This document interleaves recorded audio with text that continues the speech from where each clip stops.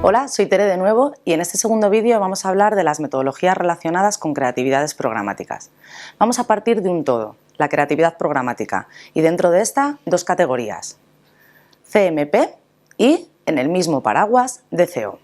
La creatividad programática, como mencionábamos en el vídeo anterior, más utilizada en compra programática, es aquella que trata de personalizar los anuncios para conseguir ser más relevantes a la audiencia segmentada en grupos, a los que se le muestra diferentes creatividades para sobre todo conseguir una mejor experiencia.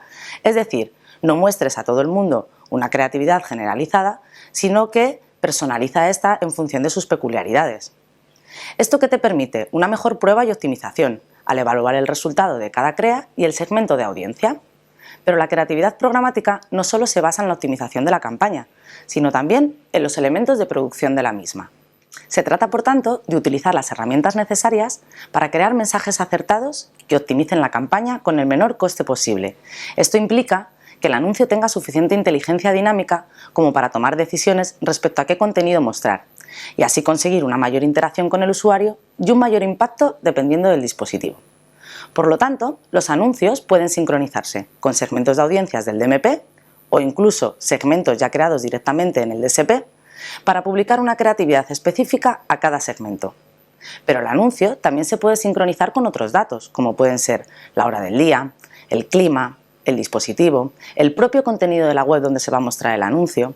Además, todo esto se enriquece en la medida en que las URLs son visibles. Pasamos a hablar de las dos categorías. La primera, CMP, siglas en inglés, Plataforma de Gestión de Creatividades.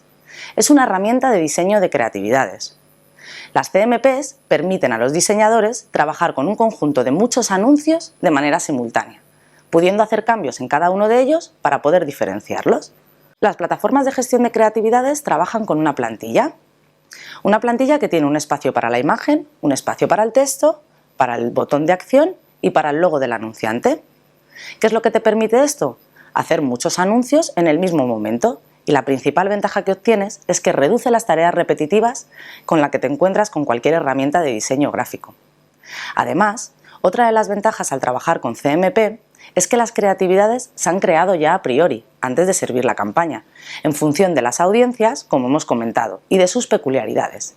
Por lo tanto, aquí no se requiere de ninguna inteligencia, sino que las creatividades ya están definidas. La carga es mucho más rápida y la experiencia del usuario mucho más impactante.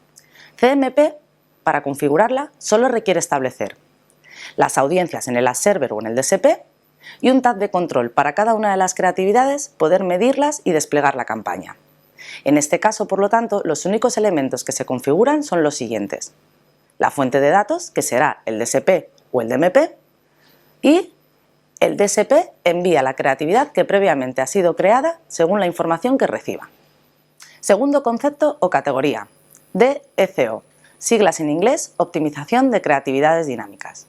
DCO es un proceso de creación de anuncios, pero aquí sí basados en unas reglas automatizadas de decisión, en dos conceptos simultáneos: creatividad dinámica y optimización de creatividades. Podemos decir que es la fábrica de anuncios al vuelo o sobre la marcha. Es una de las múltiples capacidades que te ofrecen las plataformas de gestión de creatividades.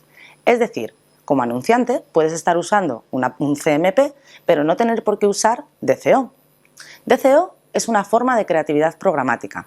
Ya se conocía anterior a la compra programática e inicialmente se utilizaba en lo que todos conocemos como retargeting.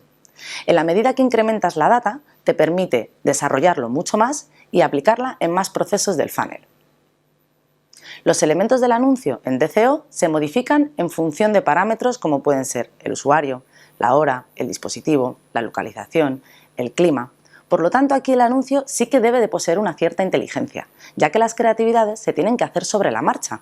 Esto hace que la crea tenga un peso mayor al necesitar incluir un código que se comunica con el Ad Server para recibir el contenido de la variable dinámica. ¿Qué produce esto? Que incrementa mucho los tiempos de carga y reduce significativamente la experiencia del usuario. Además, es importante comentar que DCO se alimenta de los datos, de esta información, para poder crear miles de creatividades sobre la marcha. Por lo tanto, necesita una planificación muy estricta de la campaña, bastante tiempo y esfuerzo por parte de los equipos especialistas para configurarla y verificarla antes de su lanzamiento. Por lo tanto, la propuesta de DCO requiere configurar ciertas reglas de decisión automática en dos elementos: la fuente de datos, que será el DSP o el DMP, y el código del anuncio.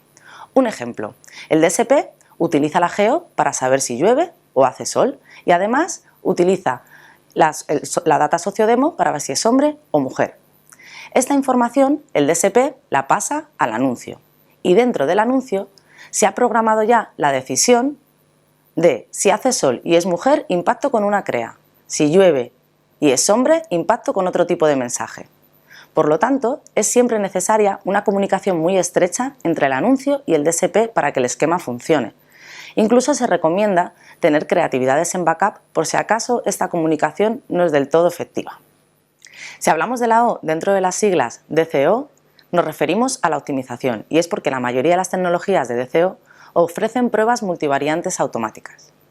Estas pruebas se pueden asociar con diferentes rasgos del anuncio, como pueden ser el color, la ubicación, diferentes ofertas, lo que hace que los elementos del anuncio puedan ser intercambiables entre sí sin modificar el anuncio, algo que no es nada fácil.